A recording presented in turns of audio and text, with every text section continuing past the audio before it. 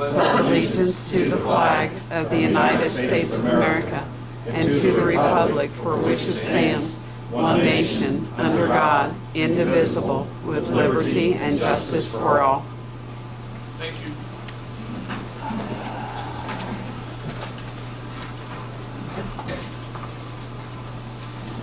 Okay.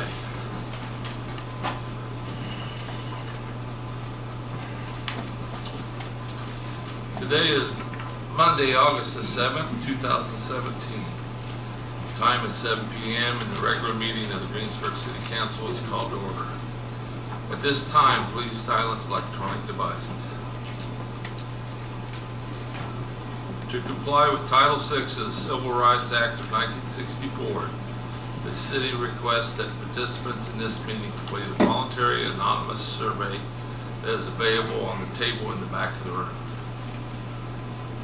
Ashlee, will you have a roll call, please? Brian McKenzie. Here. Kevin Fleetwood. Here.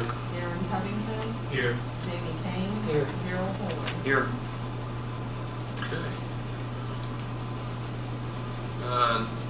Everyone should have received a copy of the minutes from July the 3rd, 2017.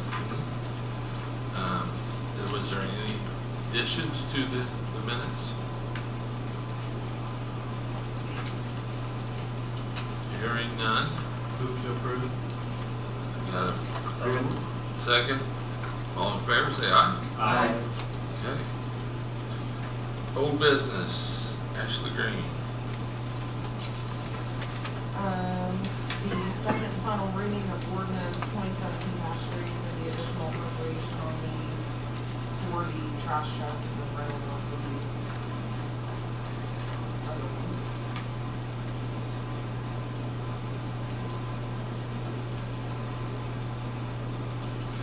Okay. Does anybody have any questions on that? Make a motion we pass ordinance 2017-3 on the second reading. Oh. Thank you. Oh. He just gets to get stood here. I'll second the motion. Okay. Any other questions? All in favor, say aye. Aye. Opposed? Okay, passes. And then the second and final reading of ordinance 2017-9, the cash change fund policy, which was amended to state the audits will be random and unannounced at least one time per quarter. Make a motion to approve the second and final reading of ordinance 2017-9. Second. Any questions? All in favor, say aye. Aye. Okay. So that takes care of all the old business.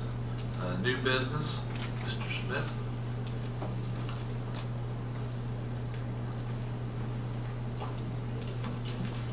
Thank you, Mr. Mayor. Good evening, council members. I'm here representing the Greensburg Community Bread of Life, and would like to give each of you a card here with an invitation to come to our kitchen and see what we do.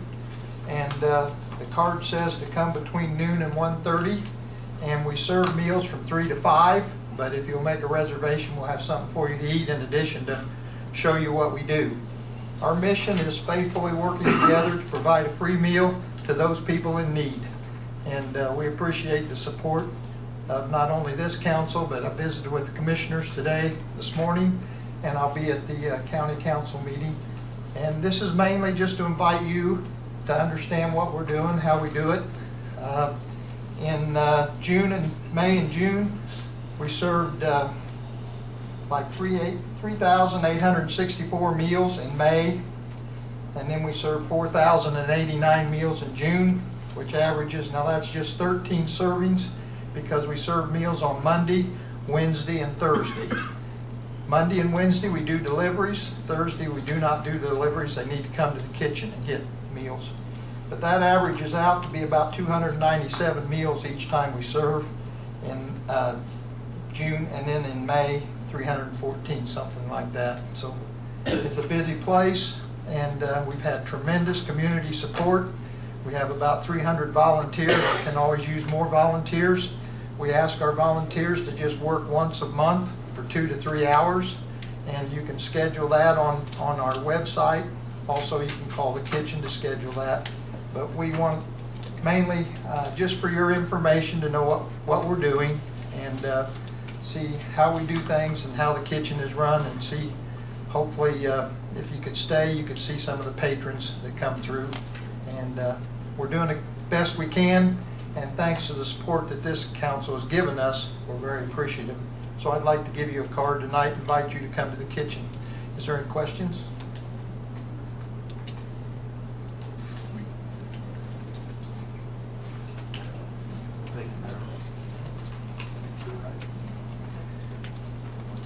Thanks, kid.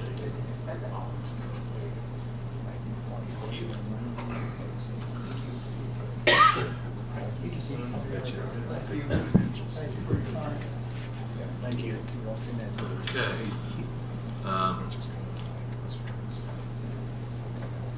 The next is Ashlee Green. So the first reading of ordinance 2017-14 on the Dormant fund, which was for the 911 dispatch. And that was where we used to have, we paid part-time dispatchers, which we no longer have. So it's an ordinance basically stating to put the remainder of that, which is $47,671.98 into the general fund and declare that dormant.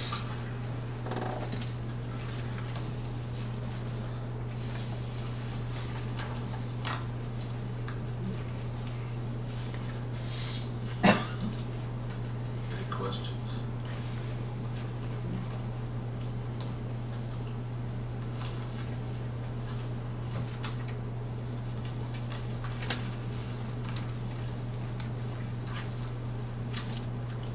What you think? I'll make a motion we pass 2017-14 on first reading. Okay. Second? Second. Okay. Any other questions? All in favor, say aye. Aye. All opposed? So passed on the first reading. And the last thing I have for this evening is a discussion of internal controls. I didn't know if any of you had time to talk about that, or want to talk about it this evening or not, on how we're moving forward. I know there's been some talk of possibly setting up a committee.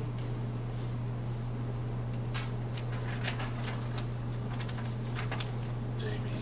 That's probably what we should do, and then we can kind of go through those requirements and figure out what we need to do, or if we do need some outside help to get those things done. I think there's a lot of items in there, though, that are covered through ordinances already. Maybe just finding the right ordinance to reference.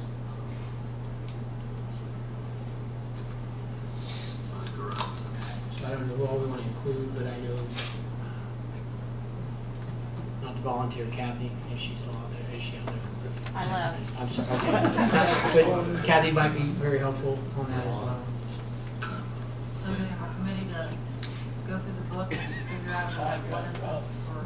We kind of look at and see the requirements of those internal controls, and then try to identify what we think we have, what we think we need to work on, and start going down that path, and we can kind of create like our gap analysis, so to speak. And then we can put a plan together on what we need.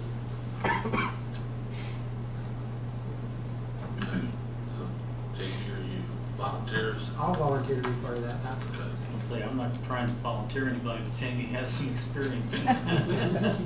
Thanks. Well, that's what I'm thinking. Might as well use what we got on there, so. And Ashlee, someone from your department or you? I don't know, this is really a council thing that we really just do the documents for. Okay, I didn't know if you needed that. You could still participate on the committee, So, to advise. I think this is something, in all honesty, and I've asked Donna if she could put her input in this also. It's something that I think is going to be a huge project. And if you guys have lots of time, I think it can definitely work. But I think we do have some ordinances in place, but I think we have a long, long ways to go. Donna, I don't know if you wanna kind of put your thoughts in this, all your input as far as like your office. Straight feedback. I would like to be a part of the committee. I sat through an online class in March of 2016. The way I understand it, it's just a lot of policy for internal controls of inventory assets, anything that something can be taken from anywhere within the city. Everybody's office or department has different items or assets or whatever, policies, procedures that will be affected, that are affected daily. So just a matter, like Jamie said, we could have policies in place already, but we have to formally get something together. And the employees all need to understand their role and what they have to do. Is this the last part of this, the way I understand it? You have the ordinance, you have the policy, Right. but this is the finishing part that is basically the procedure, which you just passed the cash handling procedure, which is one little teeny part of all of this. I think it would almost take, and correct me if you think I'm wrong, I think it would almost take literally at least a person from each department. Because each department is run so differently, they all have to have, like, our office is run completely different from Steve's, the fire department. So I think we can I think do so it, as but well. I think it's gonna be a big undertaking, and I think I know it's not something that my office or your office could do like within a day's time. It would have to, like throughout the day, it would have to be something extra. Right. No, I think this is gonna be a project that's gonna take some time. You know what I mean? Mm-hmm. Yeah. But I think the key was just trying to find a path and start moving forward. Right. So, we might get into it and realize there's some things we're gonna need some help on, but I think there's a lot of things we could probably clear up in that with just some time. From what I read, I think we could have probably at least get half of it through our own, but then there's some other parts that, like I said, I think we're gonna need guidance of how exactly should this be written out. Maybe I'm wrong, I don't know, but to at least get started, but I definitely think it's gonna take at least one person from each department. I agree. What if instead of having one person from each department be at every meeting, you have maybe just a couple of key people, committee, and then have these people come in as you're talking about their department. Sometimes you get too many people around the table, you Right. spend a lot of time talking and not a lot of progress. It's very true. Especially Absolutely. the departments, we say everything's gonna be so different, but if you can just do it by department. Is this something that's gonna require like training for It might. employees? It might. I mean, if that's a factor, then I would definitely say that you need somebody from each department. The first thing we gotta do is figure out what do we need, what our gaps are, and I think that's where we're clueless. So once we figure out what our gaps are, then maybe we include somebody from every department to help figure out how to close those gaps. That sounds like a great place to start. Absolutely. What about maybe a steering committee of Jamie and, Yeah. Donna, and the other sister Donna back Yes, here. that's right. Not thinking tonight, sorry. No, that would be a good place to start. Actually, you should be involved too. Ashley. Absolutely. So, We'll figure out time to get together. We'll set up something. okay. Sounds good. Thank Good. you. Thanks, guys. Do that day. Okay, you have anything else, Ashley? Okay. Chief Bridges?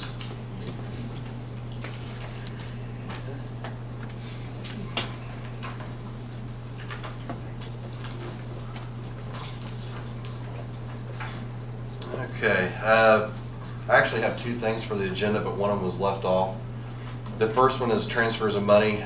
Gave a brief description on what I want to transfer. $4,000 from debt services to the new clothing, or the new officer clothing. That will help me furnished clothing to the new officer that was approved to hire this evening by the Board of Works. And the second transfer that I'm asking for is for $15,000 from debt services to the overtime budget.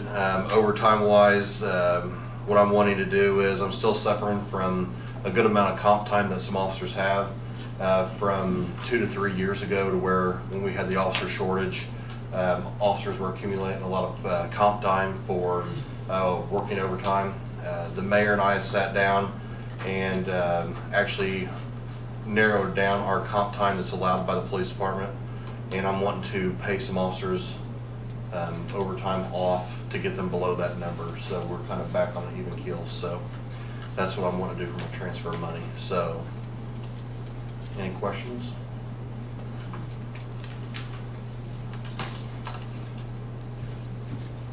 Make a motion to approve the chief's request. Second. Any questions again? All in favor, say aye. Aye. Opposed? Okay. What was the second thing? Okay, second thing is the ride-along policy. Like I said, it was actually given to the Board of Works, and it's supposed to go to the City Council because it is a resolution.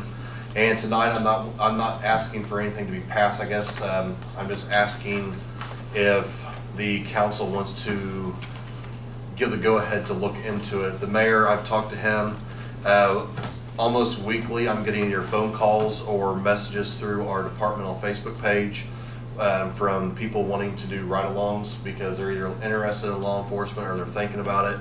So currently in the resolution, we're not supposed to have riders unless they are approved by the chief or through that resolution. So right now, the ones that we do allow ride are other public safety officers and interns when they are approved through the mayor's office.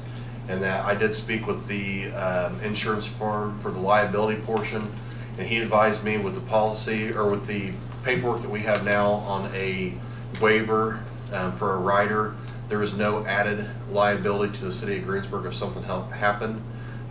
So like I said, I just didn't know if that's something that the city wanted to entertain, because I've had to tell a lot of these people that it's something I need to check with the city council on to see if we even want to look at starting that back up again. What's your feeling? I think it could be a pro in that, especially if a local kid would like to see about getting into law enforcement, trying to keep them here. And that I don't want it to be abused by any means. So like I said, I think it's something that we monitor very closely. We get a policy put into place and approved, of course, by Board of Works, and then, or I'm sorry, policy put into place and then a resolution put into place by the City Council. And that, so it's just like I said, I think it could be a good thing. And that I do know, like, numerous cities do allow it. And that I know in the past it's always been a liability issue, but getting that confirmed through our insurance company saying that there is no added liability with the signature of the waiver form, I think it could be a good thing. So. That's something we may want our city attorney to look at. Most definitely. Oh yeah, most definitely. Before I even brought it to the council, I'd want him to look through the new resolution and everything. So. I think it's cool. I would want to do it. You're never too old. We have a lot. No age limit to be a county deputy, so I'm just saying. Well, we have a lot of college people that would, you know, intern and learn and things like that. So I think it's a very positive thing. But need to look at it a little more. Benefit the department. I'm in support of it. I will go back and start that and have it for next month. Thank you. Thanks, Chief. Chief, while you're still up here, question on your report. Yes. This traffic analysis, was that what that strip across the road was No. used for? No, we have a separate, that would be, Ron could probably tell you exactly who uses that, but no, we purchased a program through Stalker Radar, which we also have in our cars, and it's mounted a different way. And there's different things that we can do with that. We can pick up closing, traffic, away traffic, and it just depends on how we can set it and everything. So, like I said, instead of having to pay officers a lot of overtime to sit in a place for several hours, we can put this up, collect data for a week, and then go back and pinpoint when our officers need to be available in that neighborhood and during the times to cut down on traffic violations. Where at on Michigan? This right in front of Honda, and you will see the numbers are pretty high. Nobody goes to school. No, absolutely not. So that's one thing we've concentrated on since that study, and since then I believe we've arrested 2 or 3 for reckless driving that have been clocked at 80 to 90 miles an hour. So we have been out there enforcing that. So, yeah. Thank you. Thank you.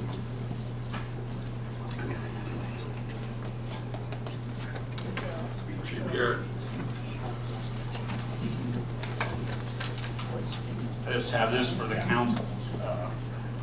Just for information, we're going to do a dedication of Fire Station number 2 on August 19th at 10 a.m. The public is invited, just to let anyone's interested in attending. Thank you. Thank you. You want to? You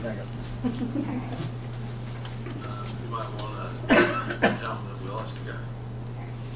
Did you want to cover that too? Okay, also, just to let you know, I had a firefighter resign. He's going to the city of Columbus. So I'll be down one firefighter, effective 8/17/17. Also, I bringing a firefighter from probationary to a first-class firefighter status, Anthony Bruce, and I'll be doing that. Basically, Thanks. Okay, Ron.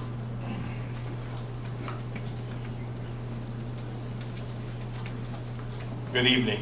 In your packets, you should have had some information on the Pavement Asset Management Plan. The Pavement Asset Management Plan is a requirement of the Community Crossing Matching Grant Fund. Every community, to be eligible to receive those funds, must have an approved Pavement Asset Management Plan. You may recall a year ago we hired a consultant to do the asset management plan, and this year we have done it in-house. One of the requirements is that street segments be evaluated and rated, which the consultant did for us a year ago, and NDOT and the Local Transportation Assistance Program will allow us to use those ratings for up to 2 years. So what we did was used our 16 ratings that the consultant did for us, and then we went out and rated those streets that we worked on with last year's program and the streets that we were considering for this year's program. And in the intervening year, I have had some training on PASER. PASER is the selected rating system, and PASER is an acronym that stands for Pavement Surface Evaluation and Rating. Although it's actually a structural rating, it's done by viewing the surface, but it's an assessment of the structural value of the road. So we reviewed those ratings, and a 10 is a brand new road. And in fact, by definition, a 10 can be no older than 1 year. So once a road, a really good road, is older than a year, it becomes a 9 automatically. A 1 is a terrible street. A 1 is a street you probably wouldn't want to drive on. It would be so bad. So what you see here is our distribution by miles. We have roughly 68 miles in the city. We have 2 miles that are 10. Those are ones that we worked on last year and had new pavement. We have 5 miles, 5.5 miles of 9, and 14.25 miles of 8. Those are all good pavements. And fortunately, we have 0 1s and 0 2s, and a fairly limited number of 3s and 4s. But we do have some. We've got about 2.5 miles total of 3 and 4. So the way the pavement asset management system works is down at the bottom here are 12 different kinds of treatments that can be applied. Rejuvenator is the thing we tried a year ago. It's a semi-clear liquid. After it's down for a while, you can't even necessarily tell it's been applied, but it does add life to the pavement, and you can see that the estimate is 2 years of extended service life. And then if you start with a 9, you apply the rejuvenator, you end up with a 10, and if you start with a 7, you end up with an 8, you gain 1 Pacer rating for the application. And then we get on down here to crack seal, we'll give you a couple of years. And in the third column here is the cost per mile for these various kinds of treatments. And the important thing really is over here on the right is the cost per year of added service life. So the rejuvenator costs $10,000 per year. One of your best values is actually in the crack sealing, where it's $3,900 per year of extended service life. Chip seal is not really, and I wouldn't even trust this number because it's not an appropriate application in the city. It's more of a rural kind of a thing, and so forth on down the list there. So what we do with this information is we look at the money, and before last year, before we had the community crossing, the city was spending about $250,000 a year in pavement replacement and renewal. And so for the purposes of our analysis, we assumed 2% annual inflation, recognizing the devaluation of money over time. And we looked at a 10-year future where in this particular model that we developed, we're saying the first 4 years we're going to spend $1 million each year for the 4-year period. Now that would be, as long as the community crossing stays in place, that would be $500,000 of city money and $500,000 from the state. And then the next 3 years we're looking at $800,000, and the next 3 years after that $700,000. We also assumed that we were not going to address 7, 8s, 9s, and 10s, our better streets. We were going to actually work on the middle group here, the 4, 5s, and 6s. And this particular analysis says that we're going to spend our money on the better streets first. Now, because we said we're not going to do anything with 7, 8s, and 9s, we're going to start in here on the 6s and the 5s and the 4s. And then we went one step further with this model, and we said, okay, we've got a couple of streets here in the city that we know need some attention, and they're 3s. The money wouldn't go that far in the next couple of years if we didn't force them, so we said we're going to address a couple of these because they need some work. So that's in our model. The results tell us,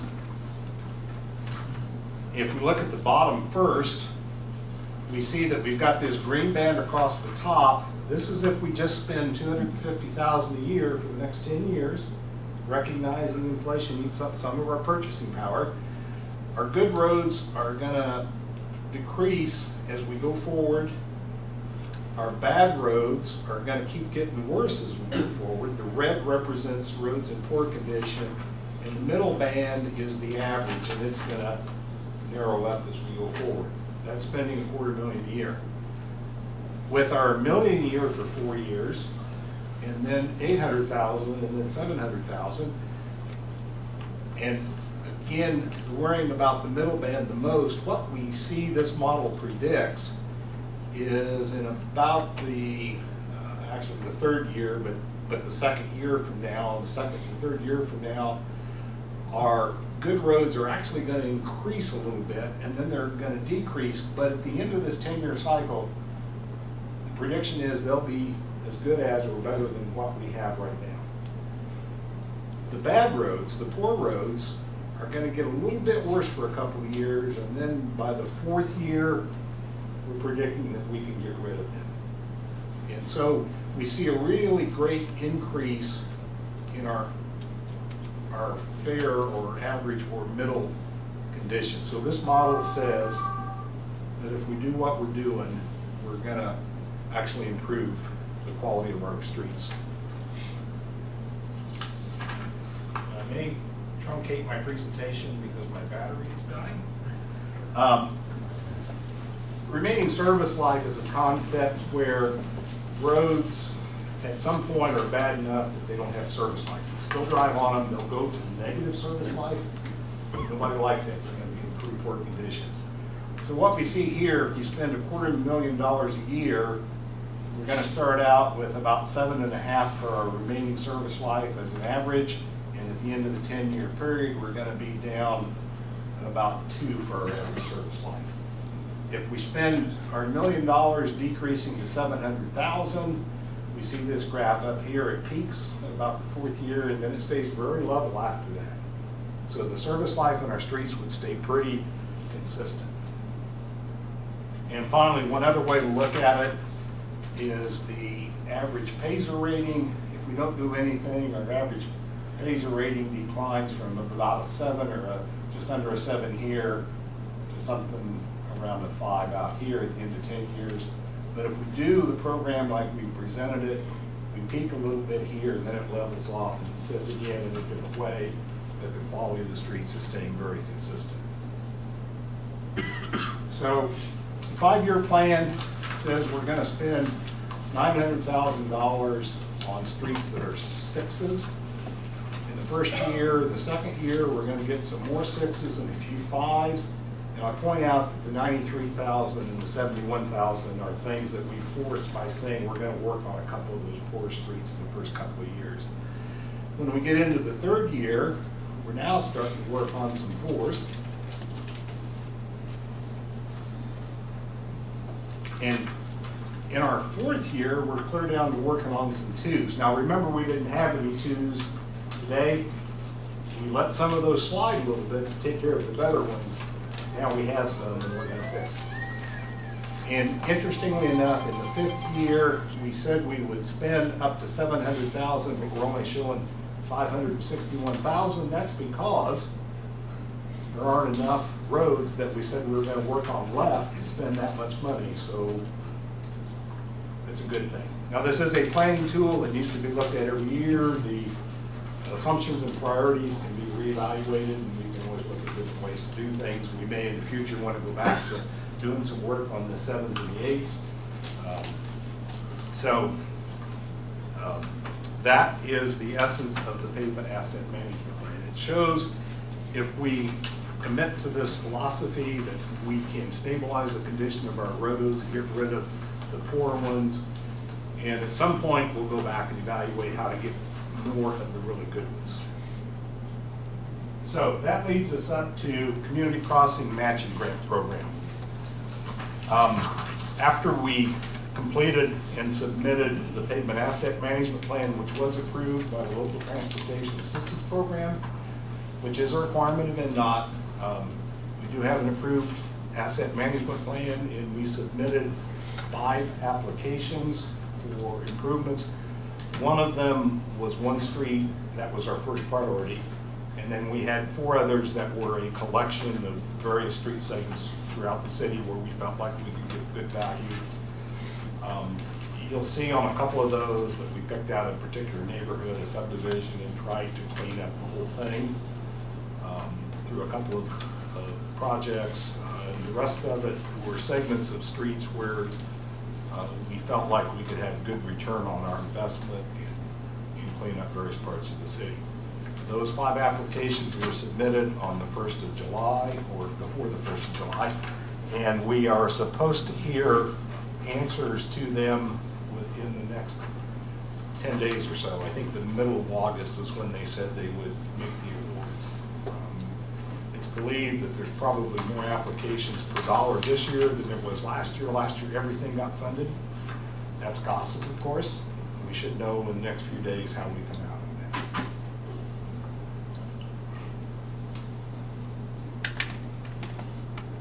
That was a lot of information, and I went through it very quickly. If you have questions, if you'd like to talk about it, it's a more casual time. I can get right into this. It's a good tool. It is a tool. Appreciate all your work putting that together. I think that's exactly the kind of thing that we were wanting to see. Was a tool like that. The Pavement Asset Management Plan, I should explain, is a macro kind of a tool. It's a big picture kind of a tool. We didn't consider individual street segments. We said, what if we spend our dollars doing these things? where does that take us? From that, then we tried to drill down and decide where to take the money that's available, the best application of it. Thank you. The other thing I have for you this evening is the Title VI Accomplishments Report, 2016 accomplishments and 2017 goals. And because I know you all can read, I don't need to read through them. I will highlight a few of the things we accomplished last year. The most important ones had to be that we developed the city's Title VI policy, the Title VI assurances, the grievance procedure, and the implementation plan. And you all adopted by resolution those documents as the official documents of the city. And with the submission of this to NDOT, we are, as far as I know, up to where we need to be in terms of the requirements of being current with our Title VI work. Item 14 is interesting to me. We had no complaints logged, so we had no investigations to conduct. I hope that's a good sign, but I'm never sure. We have provided the plan and the complaint forms to all of the city departments. We do now faithfully include on our meeting notices the language for special assessments. That's actually ADA, but Title VI and ADA kind of go hand in hand. And we also, in all of our city meetings, invite the public to leave their survey data. We have had, this is an estimate, but I think 8 to 10 responses. And if I have not formally analyzed them, but I've reviewed them all, and I would characterize us as kind of middle rural America. Middle income, middle age, middle ethnicity, and just nothing really special about that data. Things that we're working on to do the coming year, we're trying to post our policy, our Title VI policy on all public bulletin boards in the various city departments. I am and will continue to attend the annual training for Title VI. We're working on a new personnel policy, and we need to include our Title VI policy statement in that personnel policy. One of the reasons to do that is when a new employee signs off they've received the policy, they are also signing off that they've received the Title VI policy, and that's important. We're going to pick out a couple of departments, and I'm thinking the police department and the utility office, because they probably have as much contact with the public as anybody. So we're going to see if we can kind of look at how they do things and if there's any potential Title VI kinds of issues. I will say we were talking about what streets to work on, and because of Title VI, it occurred to me, and we discussed that we need to consider low-income neighborhoods, and we did. So I think that's a good outcome of the work we've done with Title VI, and we're going to work to get some kind of an annual reporting process for all the city departments, so we just keep working and trying to keep everybody focused. Title VI is an important issue. Questions about goals and accomplishments?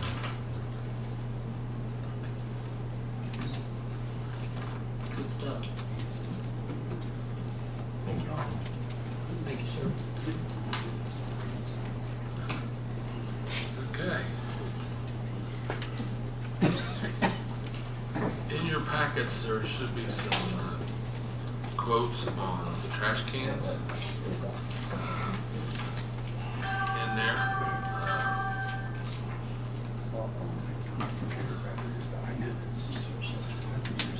Basically, I've got three. They're fairly similar. There's one that it depends on which size you go with, 95s or 65s. These are for garbage? Yes. These are for the trash picking up. So there wasn't a decision made on what size? No, we didn't really make the decision. We talked about it. I sat down with a group of people the other day, and they liked the 64s. group and they like the 95s. I like the bigger ones.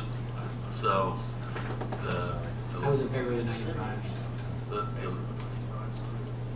The ladies like the smaller one. So, it was an interesting conversation that night. So, The recycle containers, they're 95, right? they're 95s. They're 95s. They are from the Pacific Company. How are they going to be? We have forest green on the one report. I don't know if anybody else What's is. the recycle? That'd be totally different color on top. Does it look like it's forest green, cast body, and top forest green?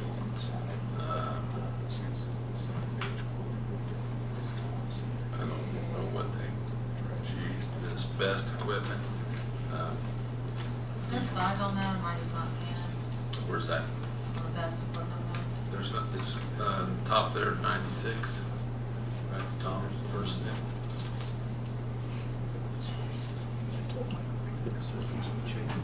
See toe. 96, and then the 64 is on the next page. The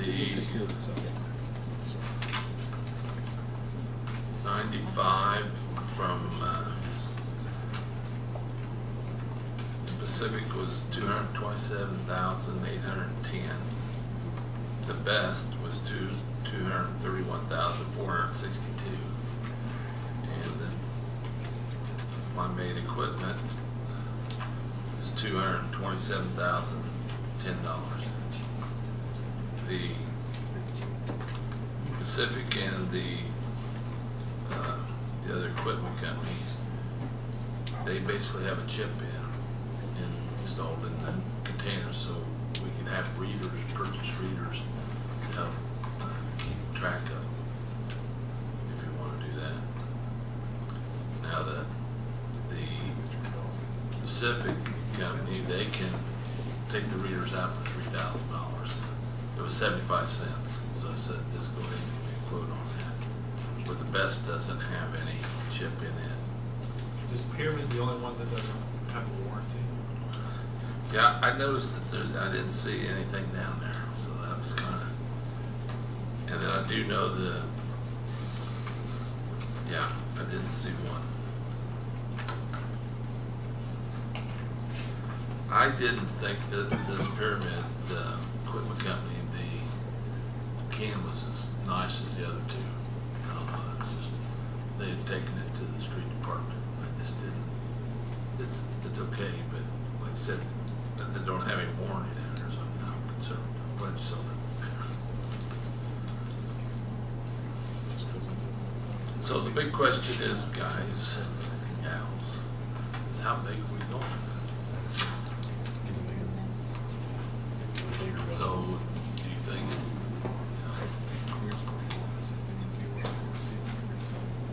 I'm 95. I would prefer the larger. I mean, just by seeing them, we had them here last month. Right.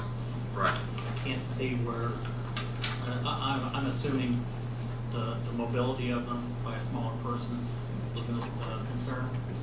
Yes. Can't see where it would be that much more. Right. Well, I think their concern was how long is it going to take us to fill them? You know. But I do have Did you let those. them know that they didn't have to fill it? Yeah.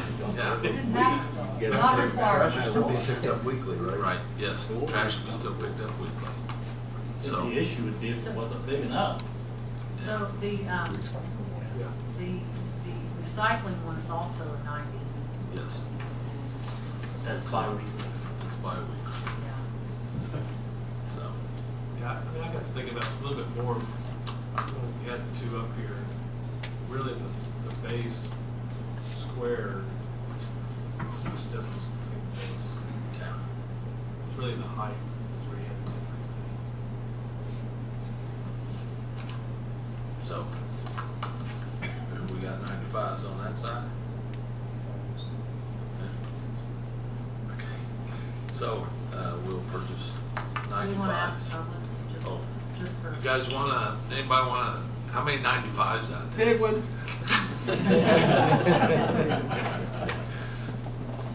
64s.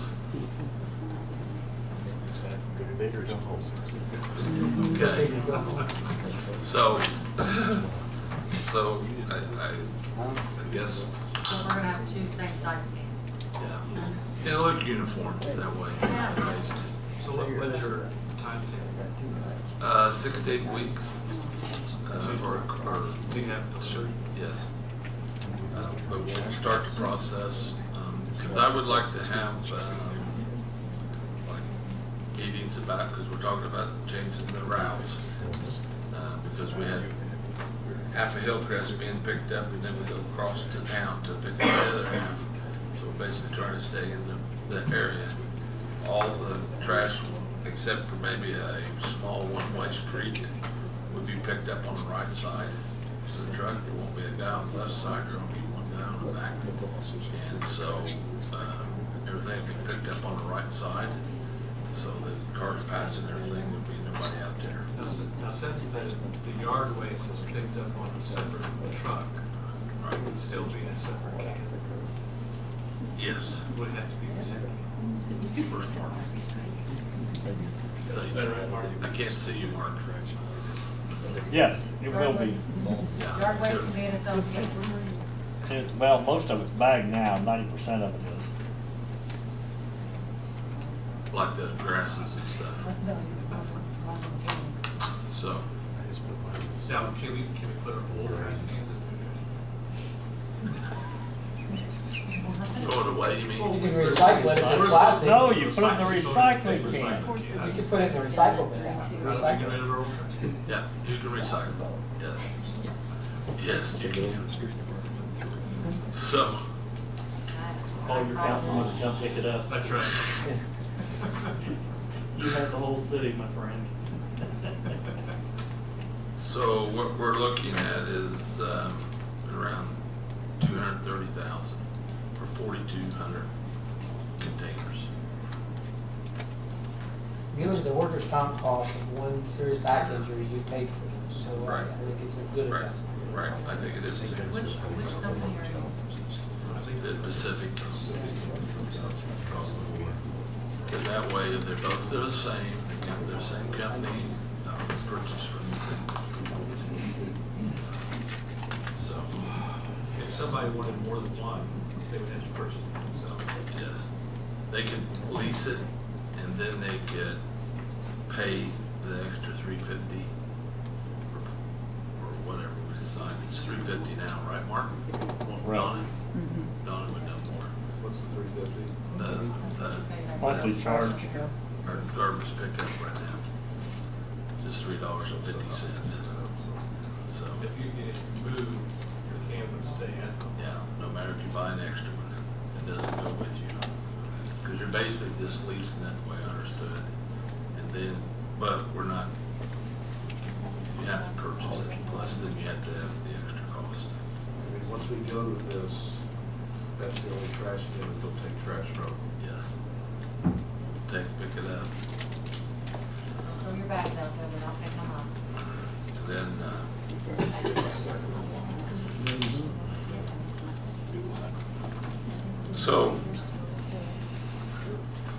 so we're in,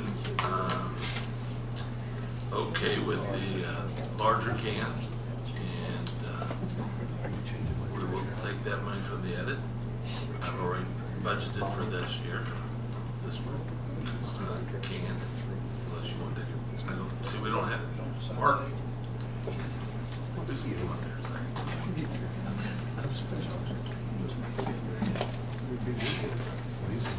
I don't think we've got anything left in the tipping, the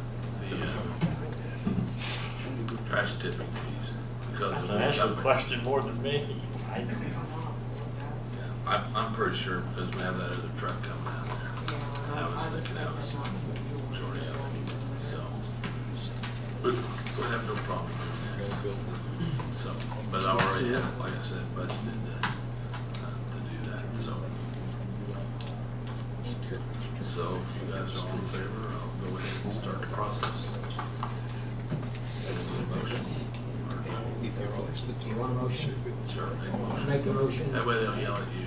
To the larger size trash totes. Okay. We authorize the money to be spent out of edit. Okay. That works. Okay. Second. Okay. Any other questions? All in favor, say aye. Aye. Okay. I'll give him a buzz tomorrow. Okay, next one I would like to talk to you about Stellar. I've talked to some of you earlier. Basically, the Stellar program, we're winding down.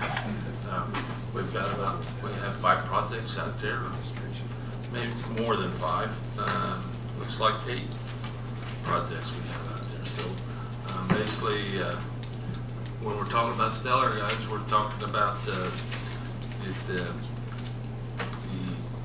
group of Indiana groups like Okra, NDOT, and all that is involved in this project. And we have a chance, since we're one of the finalists of the 3, we have a chance to go after funds through these groups special to this project. So what we're wanting to do is, and I'm going to spell out the projects that we're looking at. Now that we're looking at these projects, we got to make sure that we get money for these projects, and so we're working on these projects.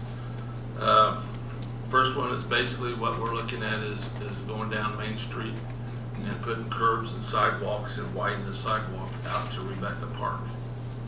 That's one of the projects, and it starts downtown and goes east, and we'll go west down to the new Pre-City County Players home or playhouse. So that's one of the projects. Then the next project is out there at Rebecca Park. Basically, we're tying the Main Street into Rebecca Park and to hook into our walking trails. We got walking trails out there to Rebecca Park. Out there will be the dog park, the small amphitheater, a